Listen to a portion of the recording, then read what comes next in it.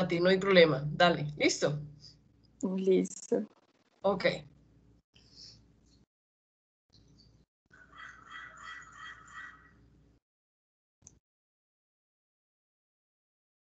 Listo, bueno, no. Entonces, mis compañeros y yo, Luis Miguel, Tatiana, José David, vamos a hacerles la exposición sobre los carbohidratos. Bueno, entonces vamos a comenzar con qué son los carbohidratos y son unas moléculas orgánicas de carácter hidrofílico que nosotros vamos a encontrar en los alimentos.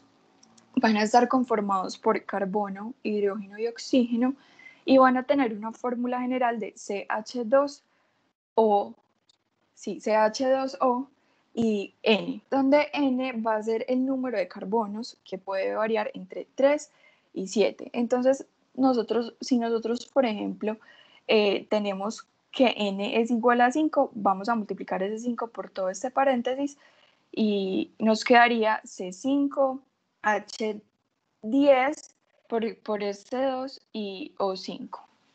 Entonces, es muy importante tener en cuenta que los carbohidratos se van a formar a partir de la fotosíntesis en las plantas. Ellas van a coger 6 moléculas de CO2 del medio ambiente, 6 moléculas de agua y las van a convertir en los carbohidratos y en 6 moléculas de oxígeno. Es muy importante tener en cuenta que es una ecuación reversible y es justo lo que nosotros vamos a hacer cuando tenemos ese proceso de respiración celular. Entonces se nos restablecen las moléculas de CO2 y las botamos al ambiente, al medio ambiente, y vamos a restablecer también las moléculas de agua cuando hay respiración celular. Entonces los carbohidratos se van a clasificar según la complejidad o la cantidad de monómeros que tengan.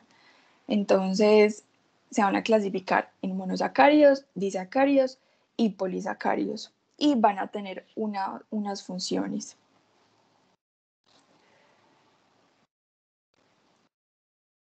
Muy bien, entonces, como tal, los carbohidratos van a tener como dos funciones principales, pero eso no significa que no vayan a tener más funciones pues, a nivel estructural pues, de nuestro cuerpo.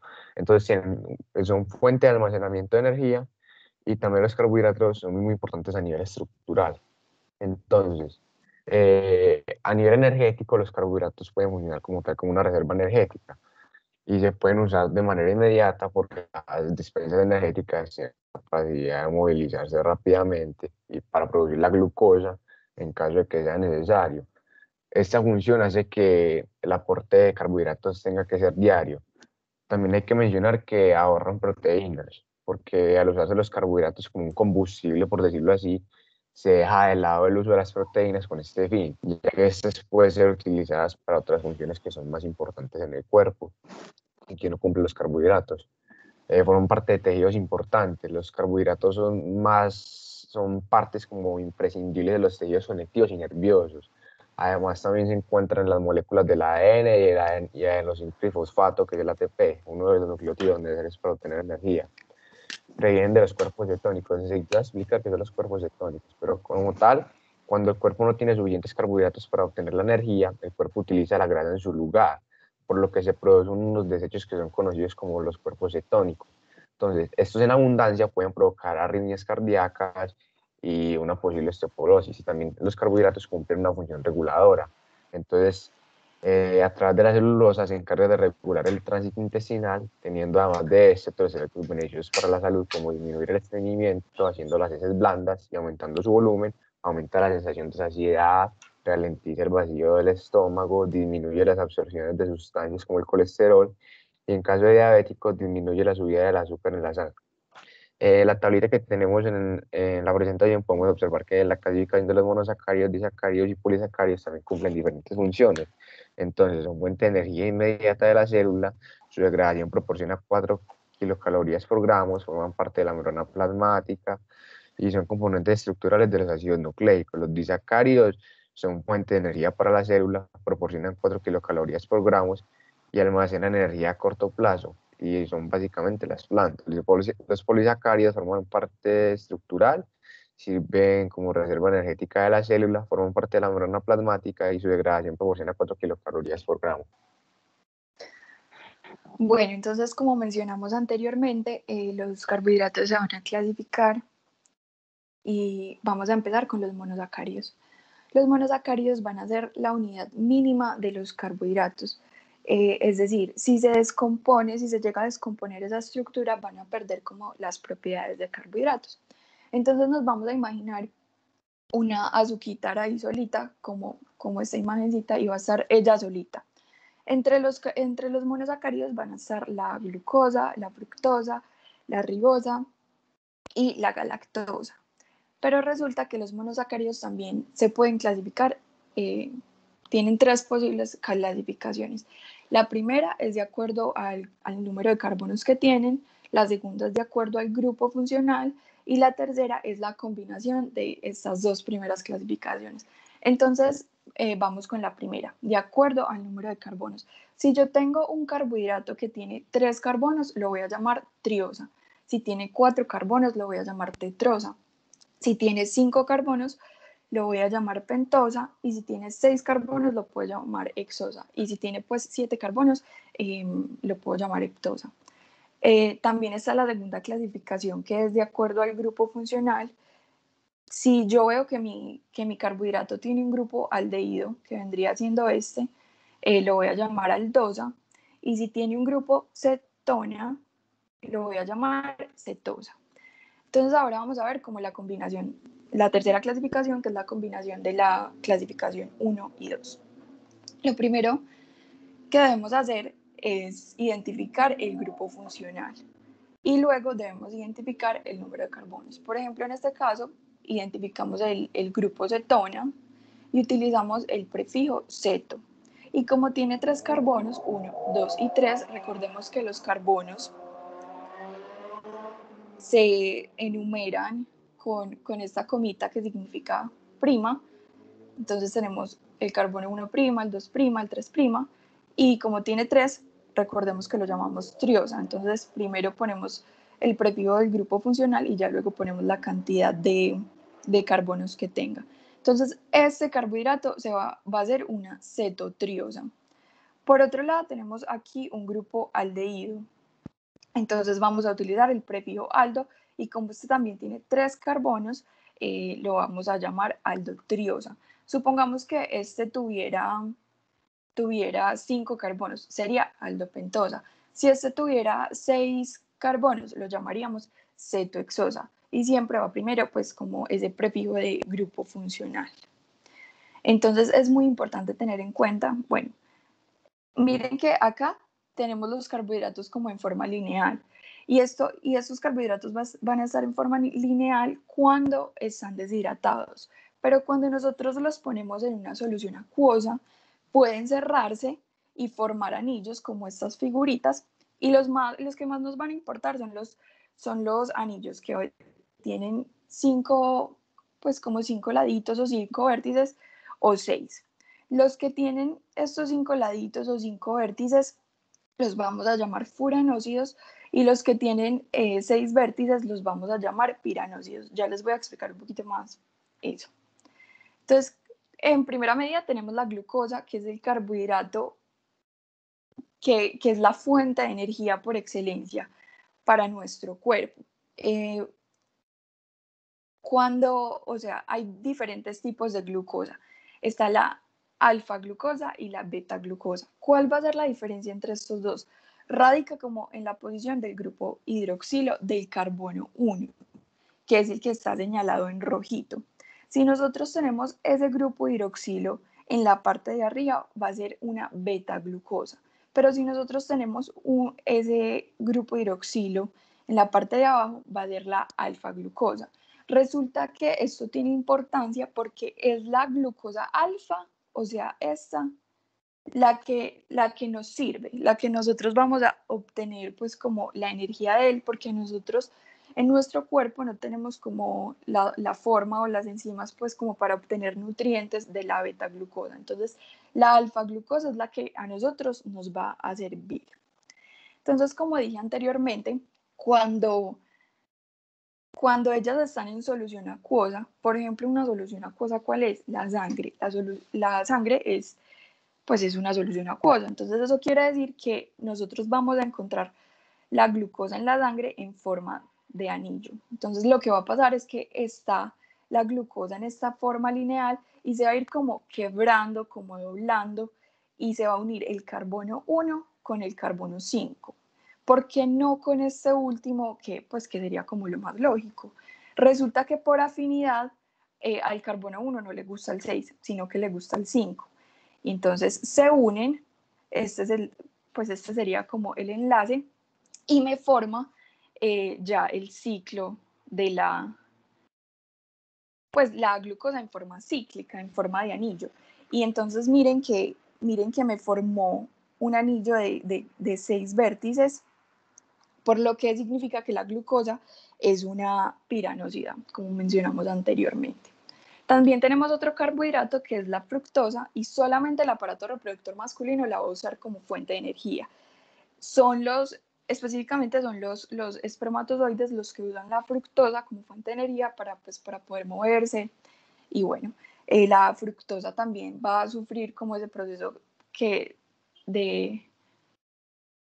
como que se dobla y se vuelve un anillo. Pero en este caso, el anillo no va a ser de 6, sino de 5, por lo que va a ser una furanósida. En este caso, al contrario de la glucosa, la fructosa funcional va a ser la beta. También tenemos otro monosacárido que es el carbohidrato de los nucleótidos como el ADN, el ARN o incluso el ATP. Entonces, por ejemplo, tenemos dos tipos de ribosas. Una va a ser la ribosa y otra va a ser la desoxirribosa. La ribosa es la que va a pertenecer al ARN, es el azúcar del ARN, y la desoxirribosa va a ser la azúcar del ADN. ¿Cuál es la diferencia entre estas dos? Resulta que en el carbono 2, que vendría siendo estos, en la ribosa va a haber un grupo hidroxilo, mientras que en la desoxirribosa solamente va a haber un hidrógeno. También, como mencioné anteriormente, hace parte de la estructura del ATP, entonces va a estar involucrados como en todos esos procesos de la obtención de la energía.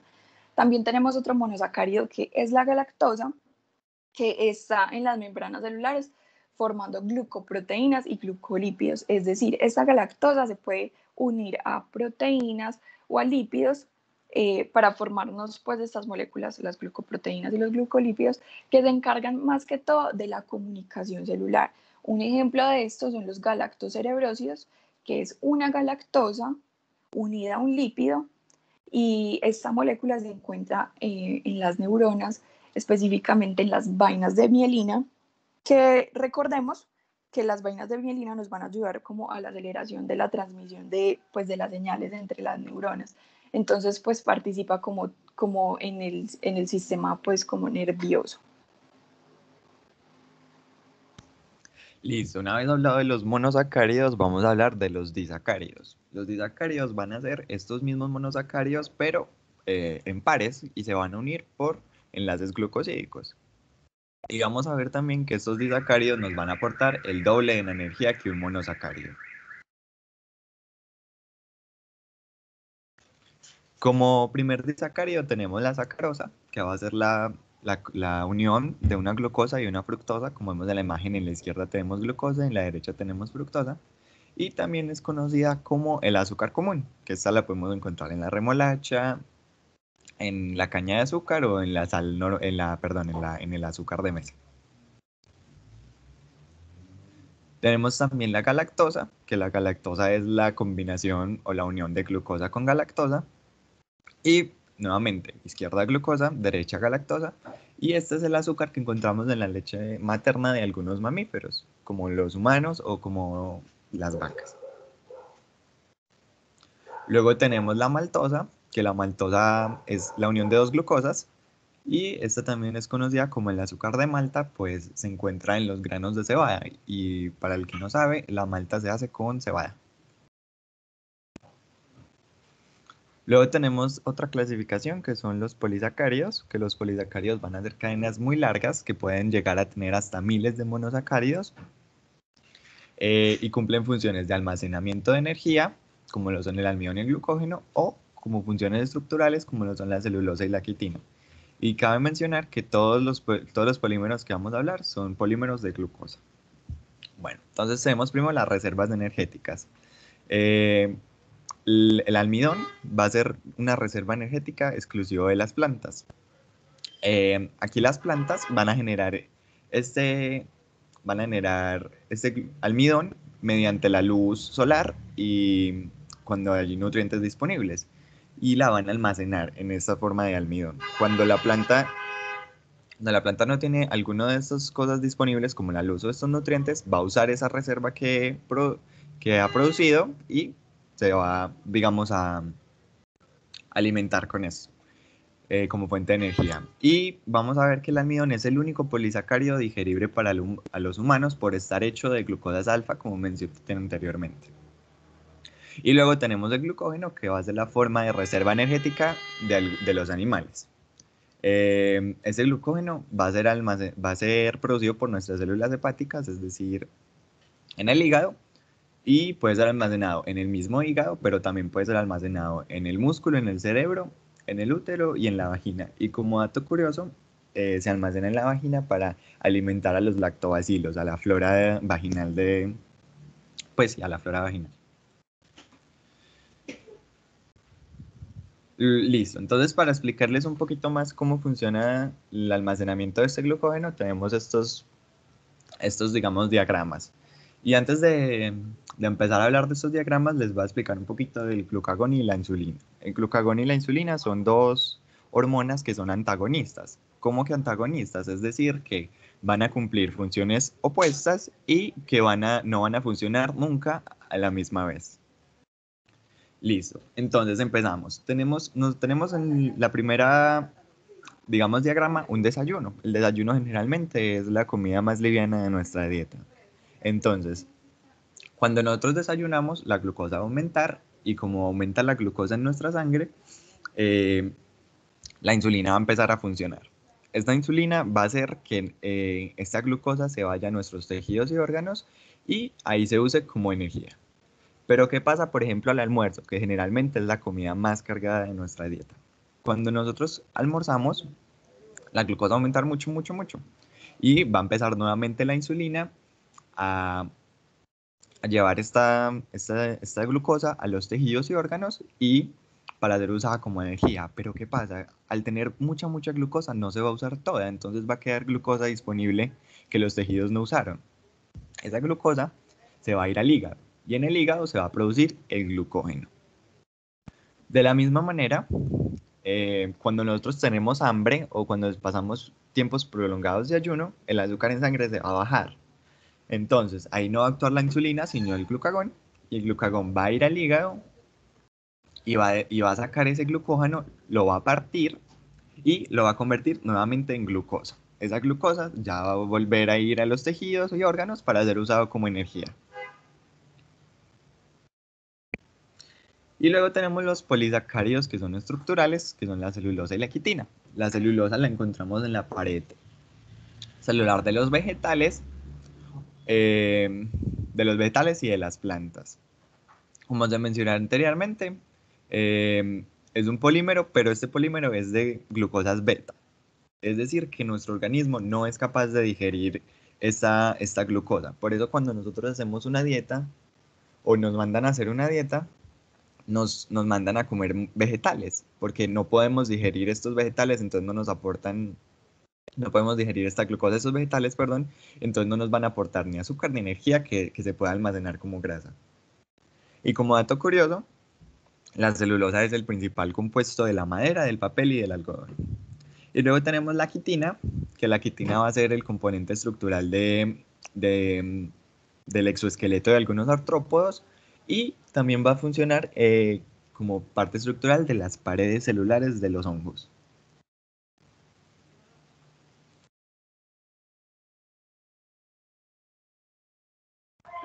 Bueno, entonces ahora vamos a hablar de las propiedades físicas y químicas de los carbohidratos, ¿cierto?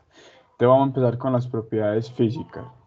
Bueno, la primera es que debido a la presencia de tantos grupos hidroxilos, Los carbohidratos son capaces de formar puentes de hidrógeno y por ello son solubles en agua.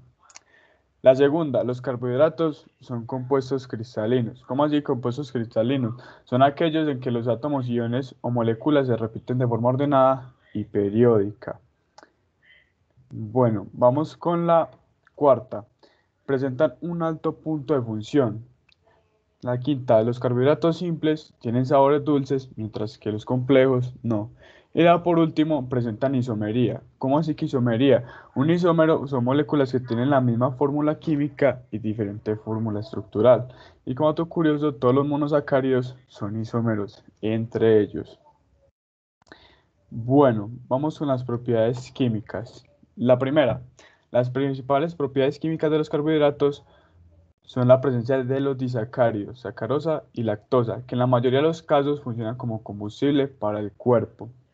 La segunda, tienen la capacidad de producir energía. La tercera, tienen cadenas compuestas de 3 a 6 átomos de carbono. Y por último, pueden formar polímeros.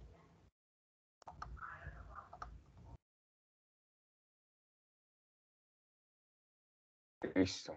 Muy bien, entonces vamos con las patologías asociadas. Entonces, en una primera instancia tenemos la obesidad. Entonces, de cierta manera, la obesidad se puede definir como una acumulación ya sea anormal o excesiva de grasa. Entonces, los carbohidratos en exceso se pueden almacenar en forma de glucógeno, pero cuando hay demasiados carbohidratos ya se almacena como grasa en los adipocitos y se puede causar obesidad. En una segunda instancia, tenemos a la diabetes. Entonces tenemos la tipo 1, que es cuando no hay producción de insulina, y la tipo 2, que aquí el cuerpo produce insulina, pero no produce suficiente, por lo que genera como una especie de intolerancia a la glucosa y no llega a los tejidos.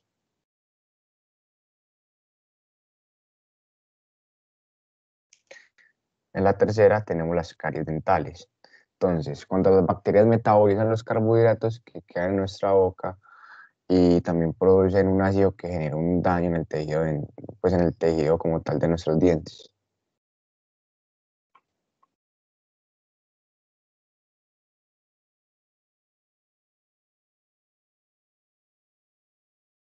Tenemos la enfermedad cardiovascular, que es el daño del corazón que puede llegar a ser producido, entre otras cosas, por la obstrucción de los vasos sanguíneos, por la grasa, que también la conocemos como la placa. Entonces, recordemos que los carbohidratos en cantidad exagerada pueden convertirse en lípidos y aportar a la enfermedad cardiovascular. Tenemos la anorexia, que es una desnutrición por un trastorno mental donde agotamos todas las fuentes de energía por no comer y se agotan de la siguiente manera. Primero, después y por último los lípidos. José, no se te escuchó nada. Pues ¿Se me está desde escuchando? cómo se agotan las fuentes, se te escuchó como raro. Vuelve a repetir eso. Sí.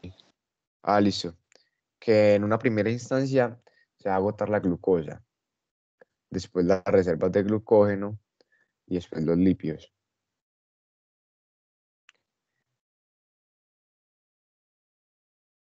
¿Ves si escuchó bien, cierto? Sí, José David, sí se escuchó bien. Listo. Tenemos también la bulimia, que es un trastorno mental que al comer se genera como un sentimiento de culpa y se adoptan como ciertas conductas como los laxantes, los diuréticos, las dietas, las pastillas adelgazantes y otras. Pues y como tal puede provocarse vómitos para prevenir el aumento de peso y agotan todas las fuentes de energía, al igual que la anorexia pues como tal y provocando una desnutrición. Tenemos también pues dos enfermedades que son muy importantes, que son el kwashiorkor y el marasmo. Entonces, por un lado tenemos Se pues dice que Kwashiorkor. kwashiorkor. Y yo he escuchado la pronunciación también por todos lados, la hemos buscado por todos lados y la llevo mal. Pero bueno, muchas gracias, profe. Bueno, entonces, por un lado tenemos que el kwashiorkor es conocido también como la enfermedad de los niños abandonados cuando nacen. Pues es como una terminología que se utiliza en África. Pues y como tal, esta frase hace referencia a los niños que han de ser amamantados de una forma adulta cuando nace el siguiente niño.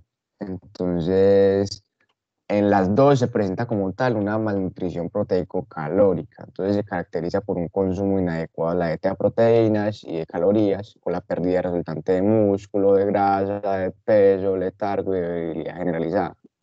Entonces, por un lado, en el marasmo, es una enfermedad ocasionada por una alimentación pobre, tanto en proteínas como en contenido energético, que también es muy importante, y se desgasta, como ya habíamos dicho anteriormente, en patologías asociadas.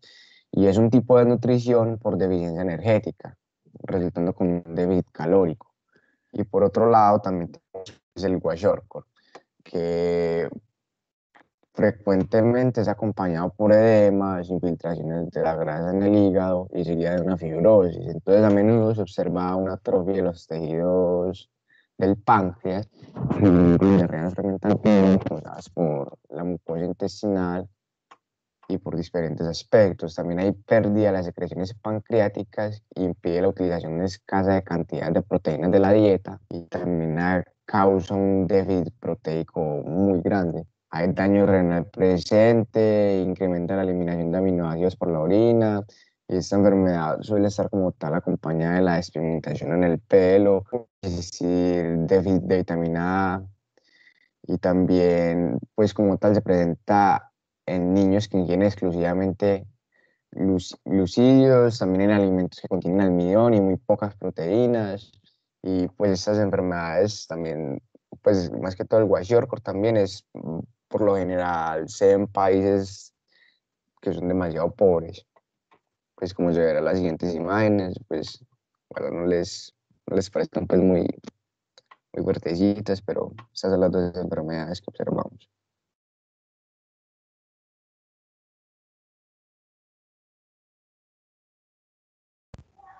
Bueno, entonces ahora vamos a hablar como tal de la hipoglucemia. Bueno, la hipoglucemia como tal es la concentración baja de glucosa en la sangre, inferior a 50 o 60 miligramos por 100 mililitros.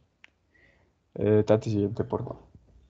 Bueno, Ay, discúlpenme que se me está tosando el computador y no me quiere pasar. Dale, dale. a ver, tranquila, Tati. Bueno, Tatiana, lee otra, por favor.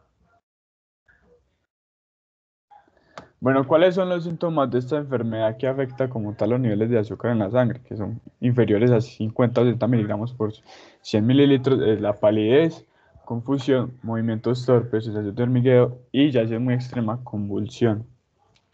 La hipoglucemia puede ser una enfermedad letal debido a que la glucosa es el principal alimento del cerebro, entonces este no se alimenta de nada más, sino de la glucosa. Entonces tiene que haber un suministro ininterrumpido de glucosa al cerebro para poder que esté funcionando 100% al 100% y no tenga como alteraciones o problemas. ¿Qué puede causar la hipoglucemia? El ayuno prolongado, exceso de insulina, exceso de ejercicio y diabetes. ¿Por qué el ayuno prolongado? Porque entonces se agota, como lo decían mis compañeros ahorita, por posibles trastornos como la anorexia, la bulimia. Se agota como esa fuente de glucosa y puede generar ya problemas a nivel cerebral y puede causar hipoglucemia. Tati, siguiente, por favor. Bueno, ¿qué tratamientos existen para hipoglucemia como tal? En ambiente prehospitalario, cuando es leve, se puede ingerir dulce, fruta, etcétera, lo que pues contenga glucosa para subir esos niveles y para subir los niveles de glucosa en la sangre. Ya a nivel más intrahospitalario se maneja esto, o ya a nivel, por decirlo así, extremo, entre comillas, se utiliza la inyección de glucagón, que como tal esto hace que se genere producción de glucosa en el cuerpo. Entonces se vuelve y se restablece como ese flujo ininterrumpido de glucosa hacia el cerebro y no se generan afectaciones como tal. La hipoglucemia es una enfermedad que se debe tratar de inmediato, por lo que les digo que el cerebro no puede quedarse sin alimento, o sea, sin la glucosa.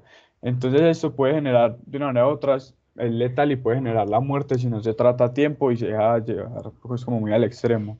Y puede generar daños muy severos con la parte cerebral. Entonces, acá les traemos pues como tres tipsitos que llaman la teoría de Whipple, que es como tres, como dices, tres tips para identificar si una persona o un paciente está sufriendo hipoglucemia. Entonces, ¿qué es lo primero que se analiza? Si los síntomas que posee el paciente o presenta son consistentes con síntomas de hipoglucemia, como así, palidez, confusión, mareos, eh, palidez y ya en casos extremos convulsiones. La segunda es pues ya medida o por medio de exámenes exactos determinar pues en los niveles de glucosa en la sangre. O sea, si están bajos, si están por debajo del rango normal que es 50 a 60 miligramos por 100 mililitros, determinar si estos rangos son normales o están por debajo. Y la tercera, y creo que la más importante, es determinar si vos al darle una fuente de carbohidrato de glucosa a esta persona se mejora, o sea, se nota una mejoría inmediata, ya que como tal a esas personas pues se les suministra un dulce, una fruta, algo que contenga glucosa y de una se reponen inmediatamente. Entonces esos son como tres tips muy importantes que debemos de tener en cuenta como para identificar esta enfermedad y saber que se debe tratar a tiempo para no tener más adelante con problemas a nivel cerebral. Y eso sería todo. O no sé si mis compañeros quieran agregar algo más. Esa es la fuente bibliográfica. Excelente, chicos. Excelente. ¿Tienen algún Bueno, jueguito adicional? No. bien, Sí, profe, tenemos un sí, caso. Sí, profe. para que vayan Después Bueno, abriendo listo. necesito. cajuchito. Listo, chicos. Entonces, igual, sigue contando igual. Vamos a hacer lo mismo. El que gane, se gana lo mismo, punto 3 para el último final. ¿Listo? ¿Estamos de acuerdo? Listo, profe, de acuerdo. Bueno, chicos, siguen.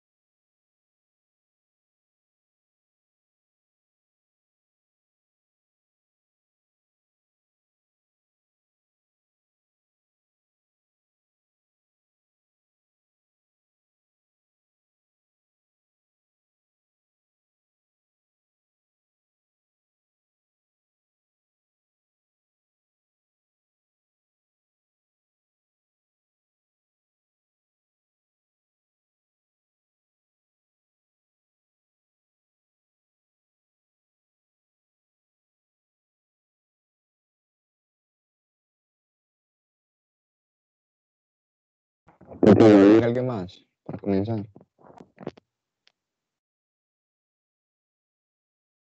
Chico, José David, yo pienso que ustedes le dan el límite del tiempo. ¿Te parece? Sí, señora. Sí, sí, sí. Bueno, ok. Todos Sí, sí. empecemos ya. Pues Bueno, el que jugó muy bien. bien, pues, también quiero- Sí. a ver.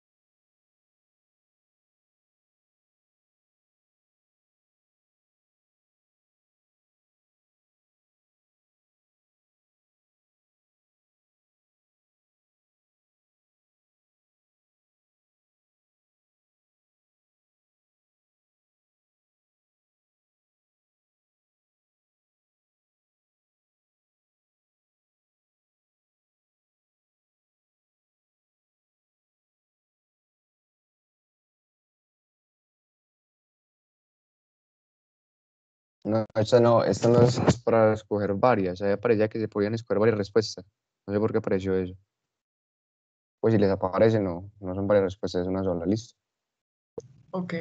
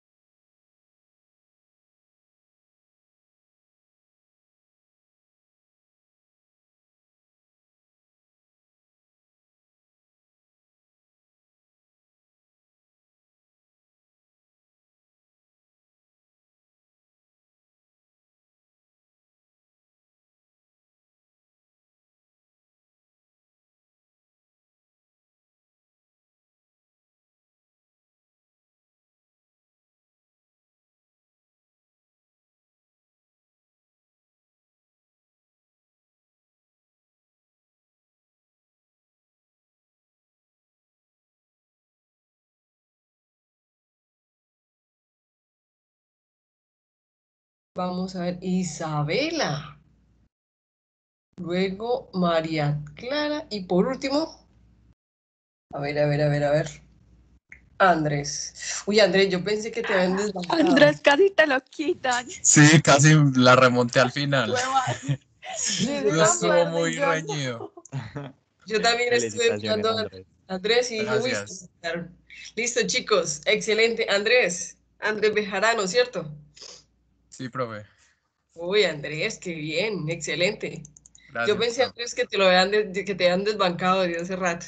Yo Listo. también, es que un momento que me quitaron de ahí y la remonté al final. Yo sé, bueno, muy bien. Entonces, vamos chicos, empezamos con lípidos, ¿les parece? Chicos de carbohidratos, excelente exposición, me gustó mucho. ¿Ok? Muchas gracias, profe. Muchas Listo, gracias, profe. listo. José David, Luis Miguel, Tati, tú expones muy bien, excelente. Sebastián, perfecto. Listo, chicos, empezamos. Juliana, Henao, Carolina Muñoz y Gabriela. ¿Sí estamos de acuerdo? Sí, sí somos. Ah, Profe, no, buenos días. Carolina no. Sí, tiene Carolina Mayor, ya no. Sí, acabo de recordarlo. Listo, muy bien. Ya mi compañera va a poner las diapositivas. Listo, chiquillas. Usted que ustedes son dos, ¿cierto que sí? Sí, señora. Wow, listo, perfecto. Entonces las dejo en control de la pantalla, ¿ok? Bueno, profe, gracias.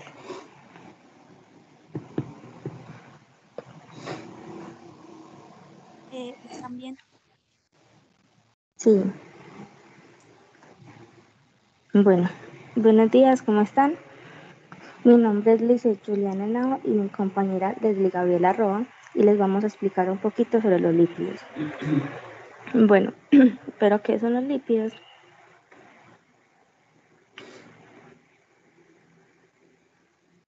Gaby. Perdón. Bueno, tranquila. Los lípidos son un conjunto de moléculas orgánicas que están constituidamente principalmente por el carbono y el hidrógeno, y aunque en ocasiones también está por el oxígeno, y que esos integran cadenas hidrocarbonadas alifáticas o aromáticas, aunque algunas también pueden contener fósforo, azufre y nitrógeno. Otras moléculas químicas actúan como hormonas, antioxidantes, pigmentos o factores de crecimiento vitales y vitamínicos.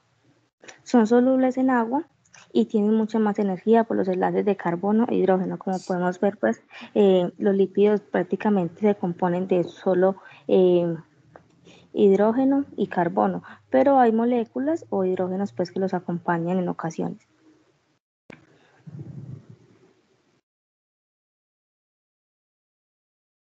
Bueno, la estructura química de los lípidos. La estructura química de los lípidos tienen hidrógeno, carbono y oxígeno, como ya lo había mencionado pues anteriormente. Son solubles en disolventes orgánicos como el cloroformo, el éster, el alcohol, el benceno o la acetona. Como podemos ver ahí en la imagen, están más compuestos con carbono, que es el complemento C, el hidrógeno, que es el complemento pues H, y el oxígeno, que es la O. Y como podemos ver acá en la imagen, están pues algunas veces acompañados por el cloroformo, el éster, el alcohol y la acetona. Bueno, la clasificación de los lípidos se clasifican en ácidos grasos, el triglicéridos y los fosfolípidos. Bueno, pero entonces vamos a explicarles de qué consiste los ácidos grasos.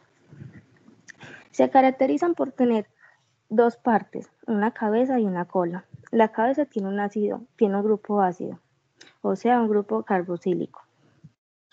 Y es hidrofílica. ¿Qué quiere decir hidrofílica? Que le gusta la compañía del agua.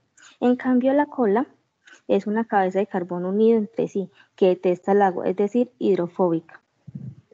Como podemos ver en la imagen, está la cabeza y la cola pues por sus diferentes lados, que en pocas palabras no son compatibles, pero en un momento pues se unen. Entre los carbonos de los ácidos grasos pueden existir algunas uniones simples. Por ejemplo, la C y la C son uniones dobles, mientras que la C igual a C solo pueden existir uniones simples cuando están en presencia de ácidos grasos saturados.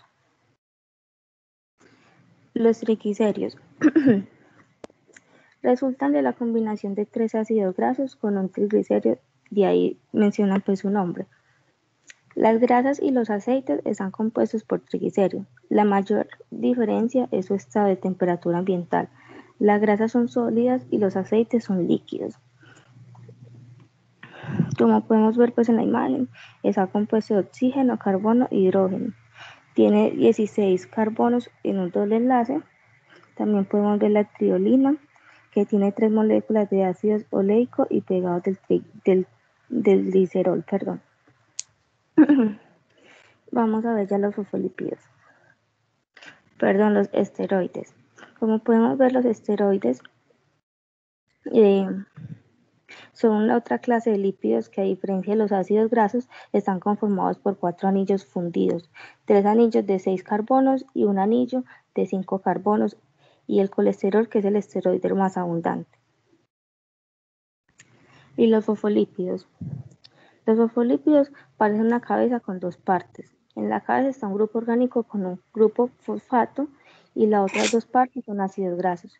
Esa estructura es la clave de formación de la membrana celular. Por eso podemos decir que son apolar y no apolar.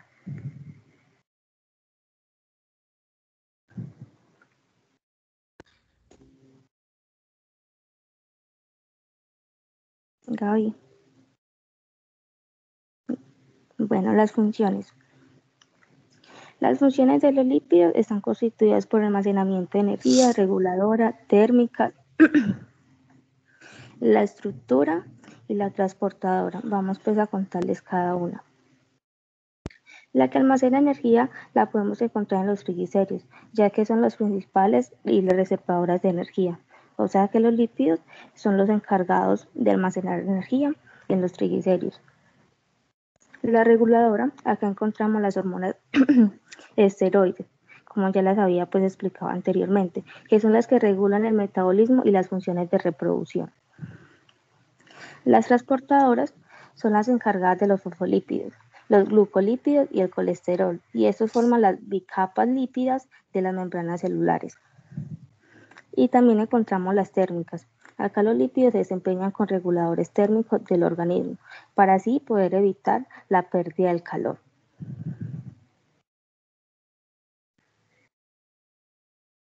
Bueno, las sustancias orgánicas que encontramos en los lípidos, como ya los había mencionado desde un principio, son el oxígeno, el hidrógeno y el carbono, son los primordiales, aunque dicen que el oxígeno se encuentra pues en menos cantidad, pero sí se ve. Y ya los que lo acompañan son el azufre, el fósforo y el nitrógeno, que se encuentra pues en ocasiones en las cadenas principales de los lípidos.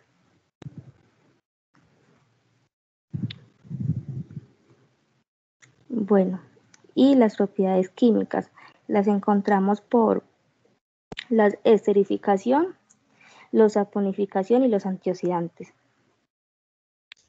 Bueno, acá la esterificación es una reacción en la cual un ácido graso se une a un alcohol por un enlace covalente y de esto se forma un éster que va a estar liberando agua. La saponificación es una reacción de un ácido graso que se une a una base dando un sal de ácido graso y esta libera una molécula de agua. Casi todas liberan moléculas de agua. Y la antioxidación es una reacción en la cual se oxida un ácido graso insaturado. Como podemos ver ahí en la imagen, todos contribuyen a las propiedades químicas de los lípidos.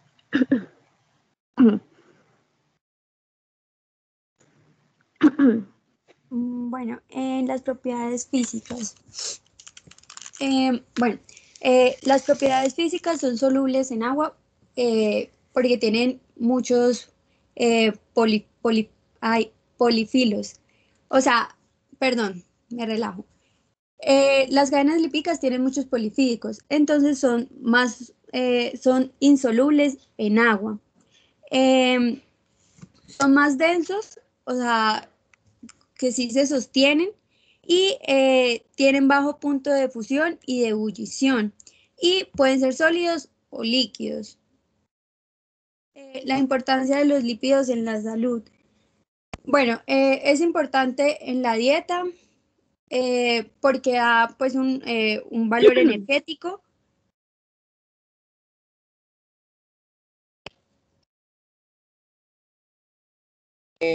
Gabriela, ¿te quedaste callada? Sí.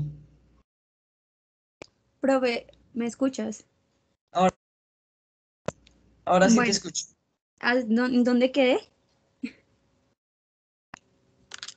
Bueno, entonces, son importantes en la dieta por su valor energético y por las vitaminas que aporta. Los ácidos grasos también son esenciales, los encontramos más que todo en la alimentación, en los naturales, es decir, las frutas, vegetales y pues esto. Eh, Esto aportan correcto funcionamiento en el organismo. O sea, estos hacen que nuestro organismo empiece a trabajar mejor. Em, Tiene implicaciones en la salud, que bueno, son trastornos que producen o sea, los trastornos dejan de producir una enzima en específica, o por el contrario, puede producir más enzimas de las que necesitan o si las que produce pueden estar dañadas. Y esto pueden causar daño en el cerebro, en el hígado, en el vaso, en el sistema nervioso y en la médula ósea. Em, Todo esto está asociado con algunas patologías. Entonces encontramos la enfermedad de Baucher, que es la más común de las enfermedades de los lípidos. Y está causada por o sea, por una enzima que se llama glucocerebrosidasa. Y pues esta enfermedad afecta el vaso y el hígado, el riñón. Más que todo el vaso y el hígado, empiezan a inflamarse, y su barriga pues parece como de una embarazada. Puede ser en hombres, en mujeres, en niños, pero por lo menos la de Gaucher más que todo pues es en adultos. Está dividido en el tipo 1, el tipo 2 y en el tipo 3. En el tipo 1, los síntomas empiezan perdón, desde la temprana edad. Entonces,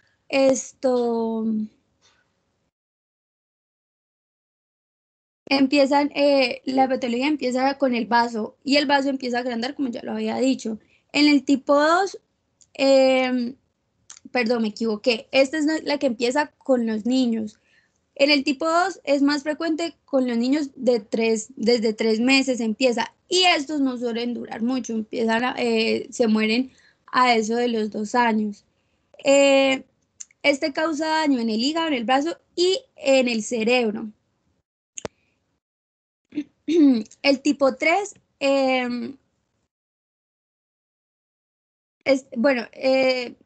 está caracterizado porque la neurología o sea, la neurología es mucho más avanzada, o sea, afecta más al cerebro que a otras partes.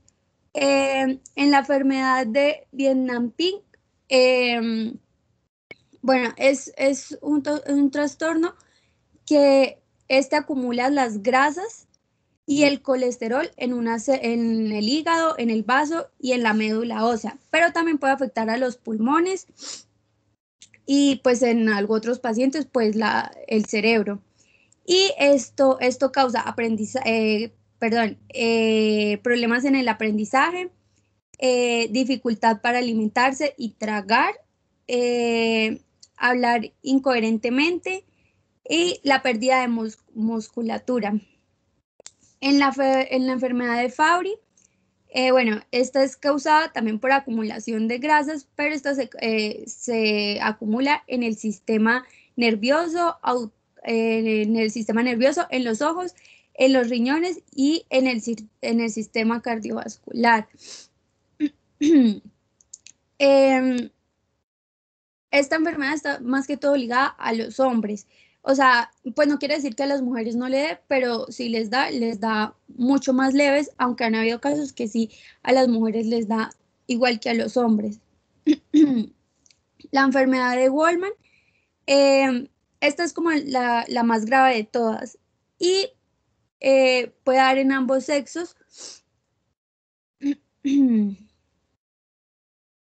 en esta, el hígado es, o sea, todas tienen relación más que todo con el hígado y con el vaso, que es cuando se empiezan a inflamar, Y bueno, aquí encontramos que el abdomen va a ser distendido y va a tener problemas gastrointestinales. Bueno, esto es. Y pues bueno, en tratamiento pues no encontramos, o sea, hay para el tipo 1 y el tipo 3 del Gaucher, pero en el tipo 3 no a todos los pacientes se les puede tratar. Y ya con esto finalizamos. Yo quería pues darles a entender como unos datos curiosos de los lípidos. Y es que los lípidos se encuentran en todos los alimentos o en gran parte de los alimentos que consumimos en nuestra vida cotidiana. Por ejemplo, los ácidos grasos, o sea, la omega 3, la encontramos en los pescados. El colesterol lo encontramos en la yema del huevo, que como ya había mencionado antes, es rica en colesterol. Por ejemplo, los triglicéridos los encontramos en aceite de oliva, que están compuestos principalmente por los triglicéridos. También encontramos el aceite de coco, es rico en ácidos grasos y saturados. Es un dato pues, muy importante que lo quería dar a entender antes de finalizar pues, con esta exposición. Excelente, chicas. ¿Tienen alguna actividad adicional? No, profe. Listo. Bueno, yo les quiero hacer un comentario a las dos. Claro que Lice, tú expones excelente, o sea, el tema, mire chicos, y esto en general es para todos en general. Estos temas son fáciles, son bonitos, no es complicado, las exposiciones no son complejas. Ustedes ya consultaron y lo que consultaron lo pueden hablar sin tener esto, ¿cómo les digo yo? Nervios ni nada por el estilo. Gabriela, y me estoy refiriendo especialmente a ti. Gabriela, tú manejas el tema. Los temas son sencillos y sobre todo aprovechen que estamos en virtualidad, que ustedes pueden aprovechar para leer, para no sentirse tan nerviosos. No se sientan nerviosos, chicos, siéntanse tranquilos, hablen de manera tranquila, hablen, sobre todo, hablen como ustedes hablan. No se pongan a pensar que porque hay una palabra compleja, no, chicos, si tienen que demorarse pronunciando la palabra, demórense. Pero Gabriela, tú expones bien, lo que pasa es que estabas como nerviosa, ¿cierto que sí? Sí, profe, qué pena. No, Gabriela, al contrario, lo que quiero decirles es que se sientan tranquilos, siéntanse relajados porque esta exposición no es para presionarlos. Y yo les voy a contar algo. Esto que ustedes están haciendo, a los que pasen a medicina les va a servir demasiado. Gabriela, entonces tú vas a llegar fuerte en lípidos y eso va a ser una ventaja para ti. Vas a llegar más fuerte que tus compañeros y tus compañeros te pusieron atención. Entonces va a ser para ti una ventaja. Por ejemplo, Luis Miguel, Tatiana, Sebastián van a llegar muy fuertes en lo que es carbohidratos. Y aunque ustedes no lo crean, eso les va a evitar una parte de lo que ustedes van a tener que hacer en Bioquímica 1. Entonces, Gabriela, hazlo tranquila, hazlo y para todos de aquí en adelante, háganlo tranquilos, háganlo con confianza, aprovechen que están en virtualidad, tienen que aprovechar las cosas bonitas que les da la vida y en este momento la vida les está brindando a ustedes la posibilidad de hacerlo de forma virtual, que es más, digo yo, menos estresante, ¿ok? Gabriela, excelente. Lice, Juliana también. Yo les acepto que fue complejo porque fueron ustedes dos solitas y eso lo valoro mucho, ¿ok? Chicas, muchas gracias. Muchas gracias a ti, profe. Vamos a tener en Listo. cuenta las observaciones, pero pues, por ejemplo, mi punto de vista es que tanto presencial como virtual a mí los nervios me matan. Entonces, pues no sé, los nervios es algo en contra que juega en mí. Pero Lice, muchísimas ¿sabes una gracias. cosa? Y eso Sí. que yo soy una docente muy amigable. Te lo cuento, sí, yo soy muy amigable en todo lo que hago. Cuando dicto metrología, cuando dicto biotecnología, cuando dicto bioquímica, yo soy muy amigable, Lisette. Entonces, en este sentido, tienen que volverse, o como dicen, apoderarse o empoderarse de un tema cuando ustedes lo van a exponer. Sea que sea presencial o sea que sea de alguna forma, ustedes tienen que demostrar que ustedes manejan o que han consultado y eso es fácil, eso no es difícil, ¿oye? Entonces, no se preocupen y eso hace parte de lo que ustedes están adquiriendo en esa formación que quieren hacer y sobre todo en esta carrera tan tesa que ustedes se metieron. Es una carrera donde ustedes van a tener que estudiar como ustedes ni se lo imaginan, ¿ok? Listo, chicos. Muchas gracias. Muchas gracias a ti. Listo. Ok, muy bien, chicas, felicitaciones. Entonces vamos a seguir con la otra exposición y la otra exposición que tenemos hoy se llama, y es muy bonita, y se llama ácidos nucleicos. Camila Rubio, Raúl Vaquero, Valentina Toitriño y Paula Alejandra Novoa. Oye, Valentina, ¿qué me trajiste por allá? ¿Sí me trajiste algo? Bueno, ok, listo, chicas. Listo, profe. Hola, buenos días. Ya comparto pantalla. Listo, Paula Alejandra. Perfecto.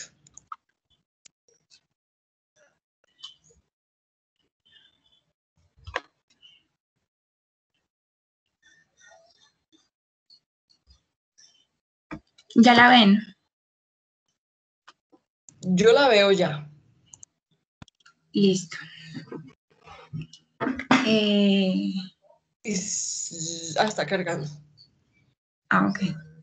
Bueno, pues buenos días. El grupo está conformado por Raúl Vaquero, Camila Rubio, Valentina Troitiño y pues Alejandra Novoa, y les vamos a explicar hoy qué es pues los ácidos nucleicos. Entonces, en la exposición vamos a decir qué son, cuál es su estructura, propiedades químicas y físicas, la función orgánica, la importancia clínica, las implicaciones en la salud, las patologías asociadas y el síndrome de Edwards. Ok. Bueno, entonces empecemos con qué son los ácidos nucleicos. Son biomoléculas presentes en las células de todos los seres vivos, cuya función consiste en almacenar y transferir información genética. Existen dos tipos de ácidos nucleicos, que es el ADN, ácido desoxirribonucleico, y ARN, ácido ribonucleico. Bueno, entonces voy a hablar un poco del ácido desoxirribonucleico, que es el ADN. Esta es una proteína compleja y larga en cuyo interior se almacena la información genética del individuo, y esta puede ser la instrucción para llevar a cabo la síntesis de las proteínas que componen nuestro organismo. El material genético se encuentra regado en el citoplasma, en organismos procariotas, y en el núcleo, en organismos eucariotas. Bueno, este está compuesto por una molécula de azúcar, que es la desoxirribosa, una base nitrogenada, que puede ser adenina, timina, citosina o guanina, y un grupo fosfato que sirve de enlace entre los nucleótidos. Este enlace tiene como nombre fosfodiéster, así que para formar una hebra de ADN, los nucleótidos se unen formando cadenas y alternando los grupos fosfato y de azúcar. Pues esta es la estructura. Ahora pues voy a hablar un poco del ácido ribonucleico. Este, al igual que el ADN, se encarga de la síntesis de proteínas y herencia genética. Este ácido está presente en el interior de las células, tanto procariotas como eucariotas, y está compuesto por una hélice simple, a diferencia del ADN, pues que este tiene doble hélice. Y entonces está compuesto por una hélice simple de ribonucleicos formados a su vez por un azúcar, que en este caso es la ribosa, un fosfato y una de las bases nitrogenadas, que puede ser adenina, guanina, citosina o uracilo. Bueno, existen varios tipos de ARN, pero pues voy a decir como que los más comunes y pues los más útiles, por decirlo así, que es el ARN mensajero, que se ocupa de copiar la secuencia exacta de una hebra de ADN. También está el ARN de transferencia, que sirve como máquina ensambladora, eligiendo los aminoácidos correctos en base a un código genético, y el ARN ribosómico, que es el encargado de sintetizar aminoácidos para formar ADN a partir de los ARN. Entonces, algunas de las diferencias entre el ADN y el ARN es el tipo de azúcar presente en su estructura. El ADN es ribosómico, desoxirribosa, perdón, y el ARN es ribosa. El ARN es 4 veces más grande que el ADN y está compuesto por una hélice simple. Y esta distinción también es funcional, pues el ADN contiene un molde genético y el ARN es el encargado de ejecutarlo. Y pues otra de las diferencias es la base nitrogenada, que se cambia la timina por el uracilo en el ácido ribonucleico. Bueno, ahora vamos a hablar de su estructura, de la estructura de los ácidos nucleicos, y los ácidos nucleicos pues están formados por la repetición de un tipo de nucleótido, compuestos cada uno por una pentosa, que es un azúcar, es un monosacárido de 5 carbonos que puede ser desoxirribosa o ribosa, una base nitrogenada que puede ser citosina, adenina, guanina, timina o uracilo, y un grupo fosfato que es un derivado del ácido fosfórico.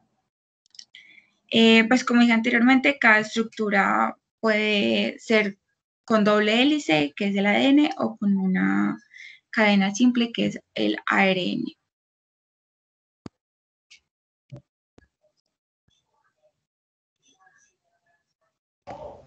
Listo. Ahora pues, vamos a hablar de las propiedades, empezando pues por las propiedades físicas. Como su mismo nombre lo indica, los ácidos nucleicos tienen un pH fisiológico muy ácido. La estabilidad del ADN es mayor que la del ARN y además el ADN contiene información compleja por mucho más tiempo. Son hidrofílicos por lo que son altamente solubles en agua y también son altamente solubles en soluciones acuosas y son muy poco solubles en soluciones orgánicas.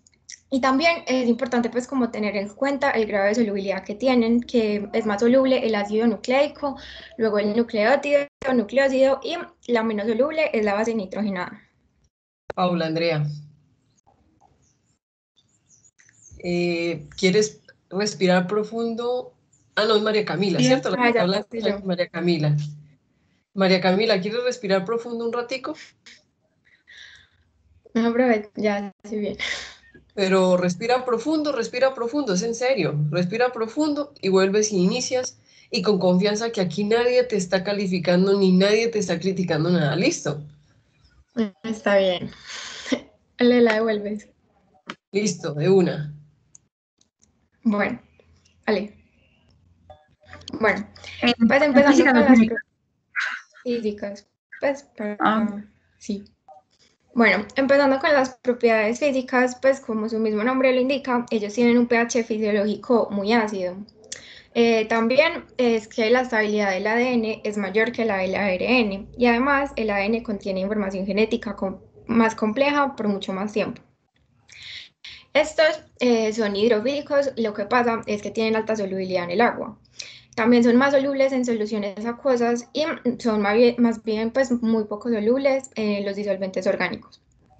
Bueno, el grado de solubilidad de estos es mayor en el ácido nucleico, luego en el nucleósido y la menos soluble son las bases nitrogenadas. Vale, ya puedes pasar. Listo. Hablando de las propiedades químicas, tienen alta viscosidad, pero esta viscosidad va a depender si tienen doble banda o una banda simple. Entonces, por ejemplo, el ADN que tiene doble banda forma soluciones de viscosidad mucho más elevada, ya que su estructura es más rígida. Entonces, va a depender de esto. Mientras que la absorción de luz ultravioleta o UV va a depender, se da gracias a la presencia de aromáticas y nitrogenadas que están presentes a lo largo de toda la cadena del ADN. Y además también es importante saber que él es el principal responsable de la actividad catalítica de las ribosimas. ¿Y qué es eso? Las ribosimas son como el conjunto del ARN con la actividad catalítica y esta genera pues como una hidrólisis en el enlace fosfodiéster. Vale, ya puedes pasar. Hablando ahora sobre la función orgánica, tenemos que dirige y controla la síntesis de proteínas, proporcionando la información genética, almacenándola y expresando esta información en cada uno de los individuos.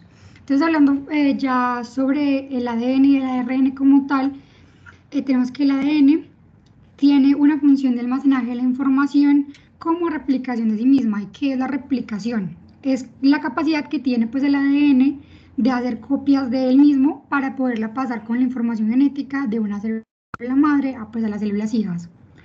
Y hablando sobre el ARN, tenemos que interviene en la transferencia de la información y como había hablado nuestra compañera pues, Alejandra antes, tenemos que el ARN mensajero transfiere la información genética del ADN al ribosoma para que el ARN ribosomal pueda reconocer los codones y después enlazar los aminoácidos que son traídos por el ARN traductor, así formando pues la cadena de aminoácidos y las proteínas.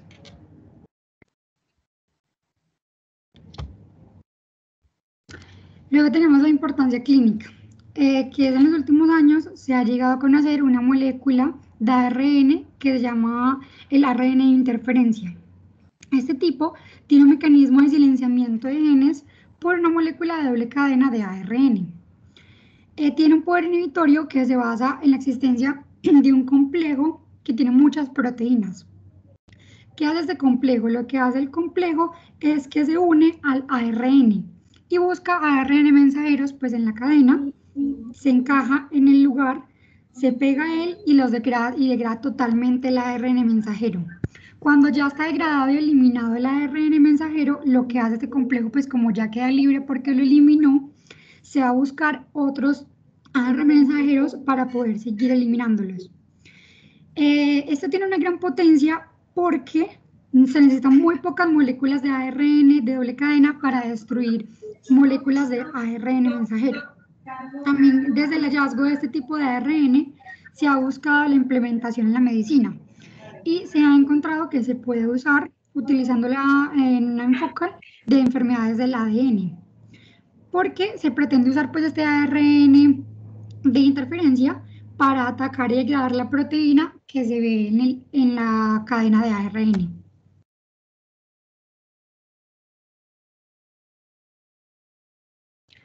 Luego las implicaciones de la salud.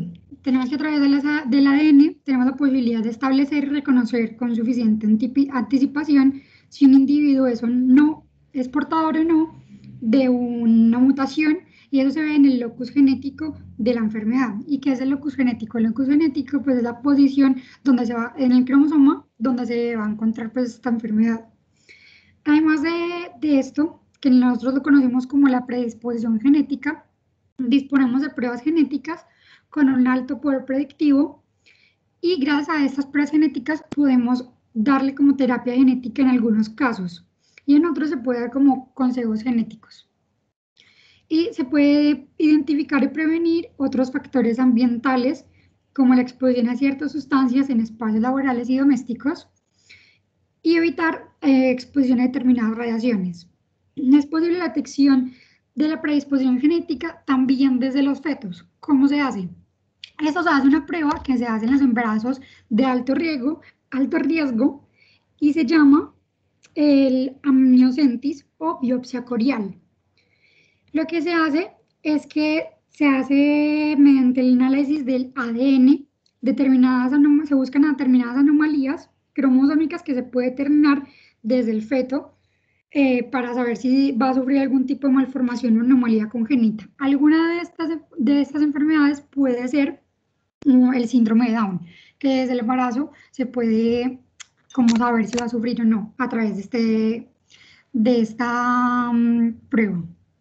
En las últimas décadas, estudios han hablado sobre la importancia genética también en la psicopatología, en la comprensión de la personalidad, de las habilidades y las unidades cognitivas. Se puede establecer que casi todos los trastornos de la conducta son estudiados con apoyo genético y estas enfermedades muestran un carácter genético.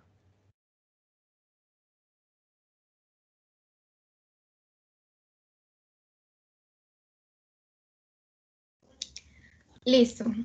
Hablando ya de las patologías, podemos encontrar que se pueden presentar de dos maneras, por genética o por herencia. Bueno, por genética son las enfermedades congénitas que van con nosotros desde el nacimiento. Entonces podemos encontrar el síndrome de Down, que pues es muy conocido, que es la presencia de una copia extra en el cromosoma 21, que sabemos que es el sexual. El síndrome de Patau es también una trisomía, pero esta vez en el cromosoma 13. Y el síndrome de Edwards es el que vamos a hablar ahorita más a profundidad. Bueno, también están los de la herencia, que empezamos por la anemia falciforme, que es un problema en los glóbulos rojos. Entonces no es como la forma que ellos tienen, que conocemos que es como de una donita, sino que su forma varía y eso genera una dificultad en la circulación y gracias a eso obstruye los vasos sanguíneos y puede causar dolor en las extremidades. La galactosemia es una enfermedad más que todo enzimática, entonces causa una acumulación de esta en el organismo y puede generar lesiones en el sistema nervioso central. El albinismo es una enfermedad que yo creo que muchos conocemos, que es la ausencia congénita de la pigmentación, ya sea en los ojos, en la piel y en el cabello, y pues son esas personas que nosotros vemos que son súper blanquitas. Bueno, la fibrosis quística, que es, pues, es como una acumulación de un moco que es espeso y es pegajoso, y este moco se acumula en las vías respiratorias, en los pulmones y también se puede acumular en el páncreas. Entonces ya vamos a profundizar el síndrome de Edwards. Bueno, en cuanto a patologías asociadas, nosotros pues decimos profundizar en el síndrome de Edwards, que sería la trisomía que se da en el cromosoma 18. Pero pues para entender qué es una trisomía, hay que mirar primero lo que es el proceso de la meiosis. Entonces, ¿qué va a pasar? Pues se va a dar el proceso normal de meiosis hasta la parte final en la que se dividen pues las células. Como sabemos, pues estas células siempre se forman diploides, o sea, cromosomas diploides, pero se va a ver un cambio que es aquí donde dice núcleo hijo 2, que se va a pasar en vez de 2 cromátidas, se van a pasar 3, haciendo lo que es la trisomía. Pues esa trisomía es lo que va a generar todas estas malformaciones o anomalías que va a tener una persona con el síndrome de Edwards. Entonces, ¿lo pasan por favor?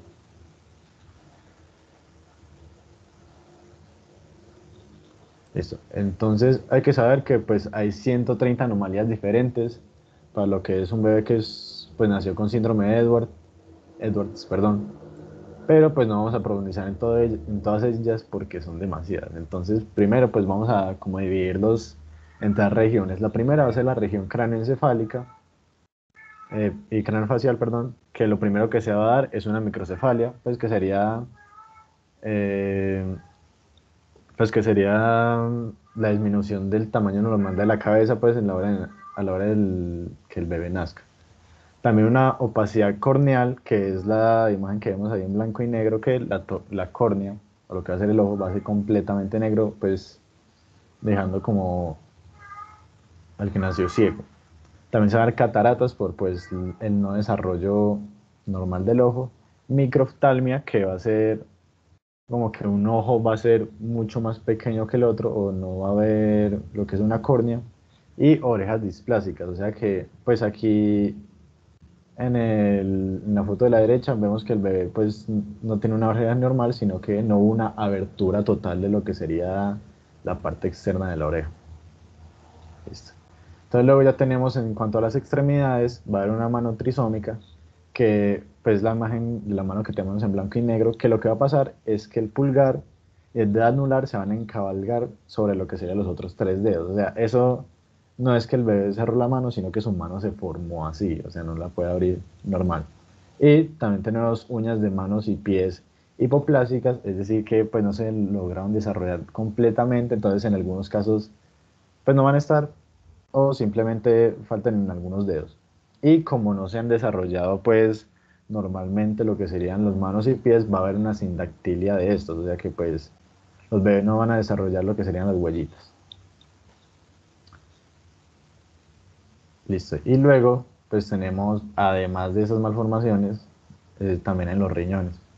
Pues primero se puede dar un riñón en herradura, perdón, que pues sería como que el riñón a la hora de formarse no se separa, entonces queda solo uno formando pues una forma característica de una herradura. Una ectopia renal, que es el desplazamiento de un riñón hacia el lado del otro. Y la hidronefrosis, que sería pues que el riñón se llenaría de lo que sería líquido o orina.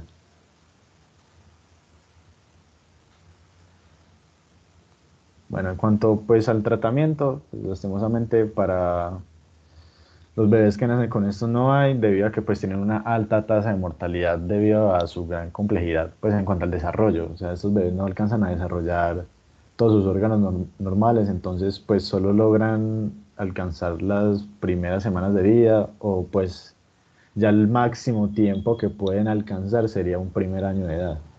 Pues esto porque lo que está diciendo, todo este mal desarrollo de los órganos puede causar lo que sería una cianosis, apneas, pues cardiopatías congénitas y pues también pues estos bebés sufren mucho debido a que algunos tienen que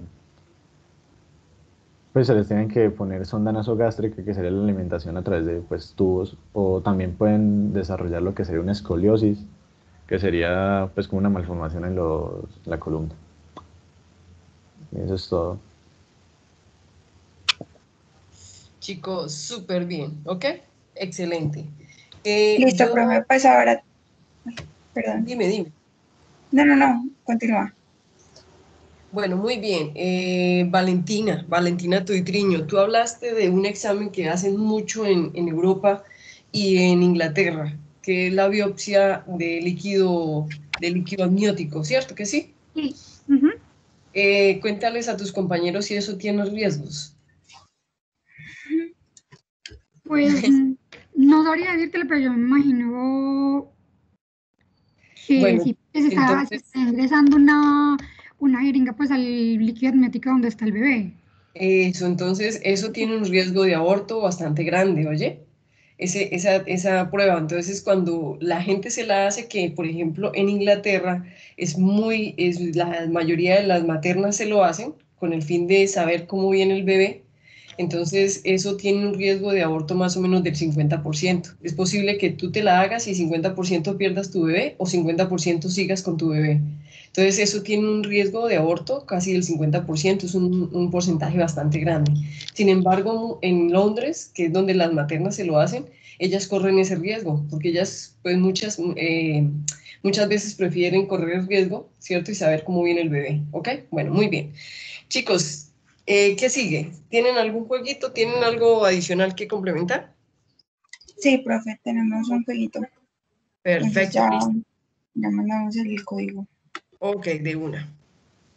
Ale, porfa, deja de compartir pantalla, así yo pongo el quiz. Listo.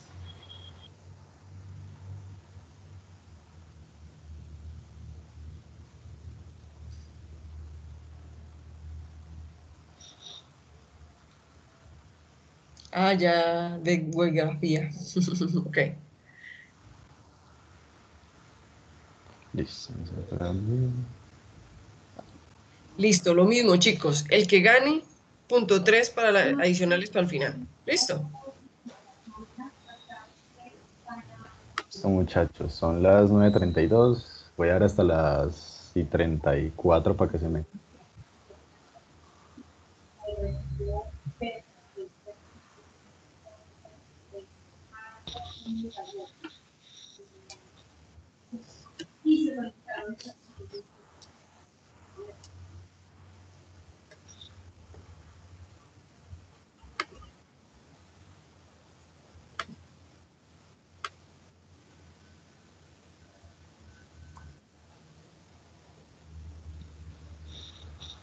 Los chicos de proteínas, Ángela Sofía, Isabela Serna, María Lucía. ¿Ustedes creen que alcanzan a presentar hacer la presentación, a hacer la presentación o no? Pues, profe, no sé, pues depende de lo que dure el juego, pero lo más probable es que no, pues porque nos demoramos creo que sí más de 15 minutos. Sí, Y porque no también queremos tenemos juegos. como alargarle el tiempo a los compañeros y eso. Bueno, perfecto. Entonces, ahorita valoramos. ¿Listo? Gracias.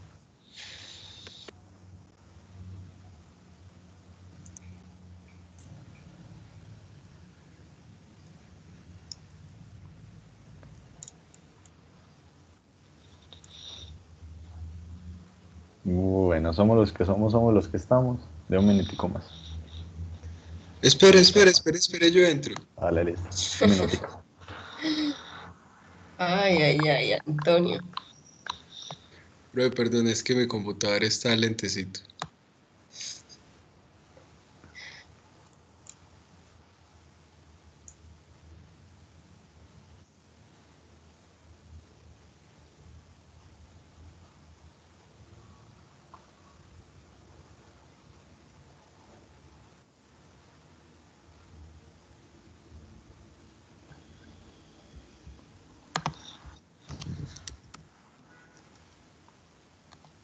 Ya, yo creo que ya estoy. Listo. Ahora sí. Bueno, entonces voy a empezar.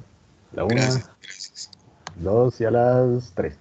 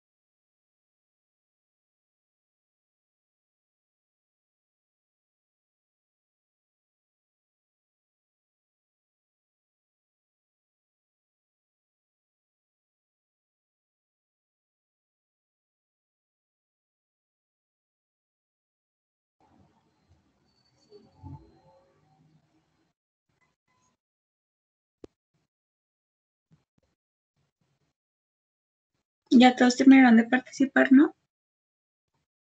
Yo creo que sí. Lo voy a hacer. Super, Mafe. Sí, ganó Mafe. Eso, Mafe. Felicitaciones. Mafe. Gracias. Mafe, ¿tú eres apellido? Abello. Abello. Ok, María Fernanda, felicitaciones. Ok, muy bien. Chicos, proteínas, ¿cómo nos sentimos? ¿Bien o no?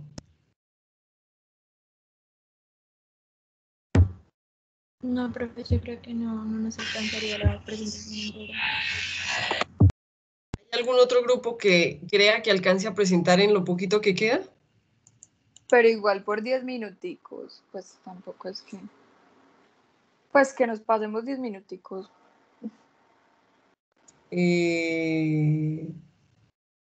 Chicos, agua, ¿alguno que tenga ya listo que crea que puede presentarlo en el tiempo que queda, en los 20 minuticos? ¿O no?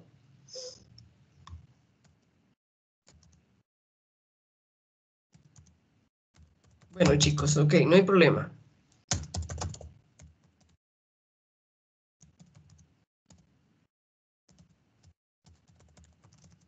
Ácidos nucleicos. Listo, María Fernanda, ya te coloqué tus puntos. ¿Listo?